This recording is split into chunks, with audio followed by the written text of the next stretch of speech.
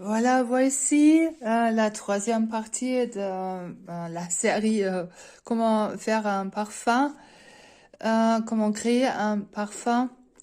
Bon, donc là, on était sur déjà sur avec quoi sur quoi il faut faire attention si on travaille avec les huiles essentielles. Je reviendrai dessus, mais avant de oublier, donc le liquide de base d'un parfum, ça soit un alcool dénaturé ou une crème balsamique. J'ai fait une vidéo là-dessus. Comment donc ça consiste en un huile végétale plus un stabilisant, soit la cire d'abeille ou autre. On les met à fondation, on les fond entre 70 et 80 degrés environ, de préférence en bain-marie afin que il n'y a pas d'accident de friture. Ensuite, on met ce qu'on veut dedans, hein, comme odeur.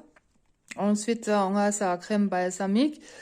Sinon, on prend juste seulement une huile végétale sans odeur. Donc, par exemple, aux amandes. Et on met quelques gouttes de son odeur préférée dedans. Ou soit on prend un alcool dénaturé. Bon, et yes, j'aimerais bien le montrer encore. Bon, ok. Ensuite, maintenant, si on se connaît très bien aux huiles essentielles qu'on utilise, on peut augmenter la dose que je recommande par précaution. La dose maximum par précaution, si on travaille avec les huiles essentielles, pour moi, ça serait 5%. Sinon, c'est parce que je connais bien ce que j'utilise et je sais que c'est pas dangereux pour la peau. Il y a certaines huiles essentielles qui n'agressent pas du tout la peau. On peut même les utiliser pures. On peut même soigner la peau avec, ce qui est le cas avec le patchouli. Ben, ça pue, mais ça soigne vraiment très bien la peau. C'est le cas avec le santal, avec certaines résines comme l'encens. Et c'est le cas avec la vanille. C'est le cas avec l'hélicryse italienne, donc l'immortel. Et j'en passe. Encore d'autres. Par contre, il y a toujours possibilité que quelqu'un réagisse allergique. Donc, avant tout, il faut voilà, il faut faire un test sur le pli du coude. Pendant 24 heures, on fait son mélange.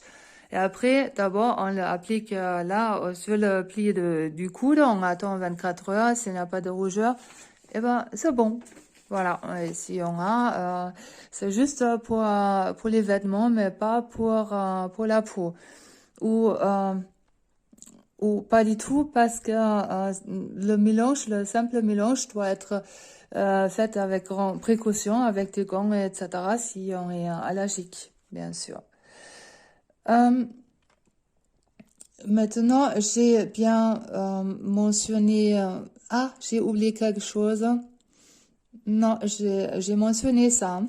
J'ai mentionné que il y a des allergènes dans une molécule s'il y a oxydation de celui-là. Il s'appelle l'anolin. Important quand même de garder ça en tête, l'anolin.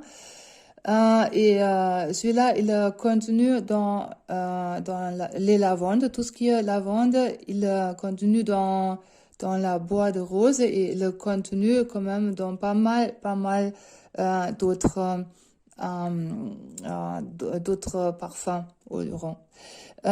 Après, il y a des stages proposés. Moi, par exemple, j'étais à Grasse. mais il y a un peu partout des parfumeries qui proposent des stages en parfumerie. Ça dure environ 2 à 3 heures. On a plusieurs odeurs à choisir. On a bien les explications que je vous ai données au départ, sauf beaucoup plus en profondeur parce qu'il y a aussi beaucoup plus de temps et c'est des professionnels qui vous expliquent tout ça. Ensuite, vous avez un choix de 20 à 30 à 40 petits flacons. Vous allez d'abord faire votre truc et vous allez voir ce qui vous plaît le mieux comme composition. Ensuite, vous allez noter tout ça et vous allez en faire votre propre parfum. Et avec ce flacon, votre propre parfum, vous allez partir à la maison. Donc ça, c'est encore la meilleure chose, le meilleur moyen pour apprendre à faire le parfum. Et après, bien sûr, quand on s'y lance, eh ben, il faut s'y préparer à quelque chose. C'est un apprentissage. Hein. Il faut après, bien sûr, faire ses propres mixtures, ses propres essais. J'en passe, mais ce qui s'y intéresse, voilà, les parfumeries. Et d'autres sites cosmétiques, ils donnent des stages précieux pour ça. Bon, je vous laisse, chers amis, et ça me fait plaisir si ça vous a aidé. Et je me consacrerai à autre chose que des crèmes, etc. Je suis plutôt conseillère en aromathérapie huile essentielle et comme j'habite en Provence, j'aimerais bien raconter un tout petit peu ce que c'est une plante provençale en comparaison d'une plante nordique, puisque au départ j'étais un peu là et je me suis plus reconnue, j'ai plus reconnu une simple chaîne, etc. Donc voilà, j'étais complètement déboussolée et c'est un peu ça ce que je veux raconter dans mes vidéos et bon voilà. Donc j'espère quand même que ça vous a un peu apporté quelque chose et si vous voulez, à bientôt.